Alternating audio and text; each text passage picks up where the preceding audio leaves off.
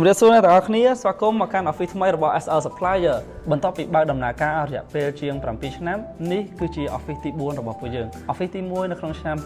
2018 Office ទី2នៅក្នុងឆ្នាំ2020 Office ទី3នៅក្នុងឆ្នាំ2022និង Office ទី4គឺនៅឆ្នាំ2025នេះផ្ទាល់តែម្ដង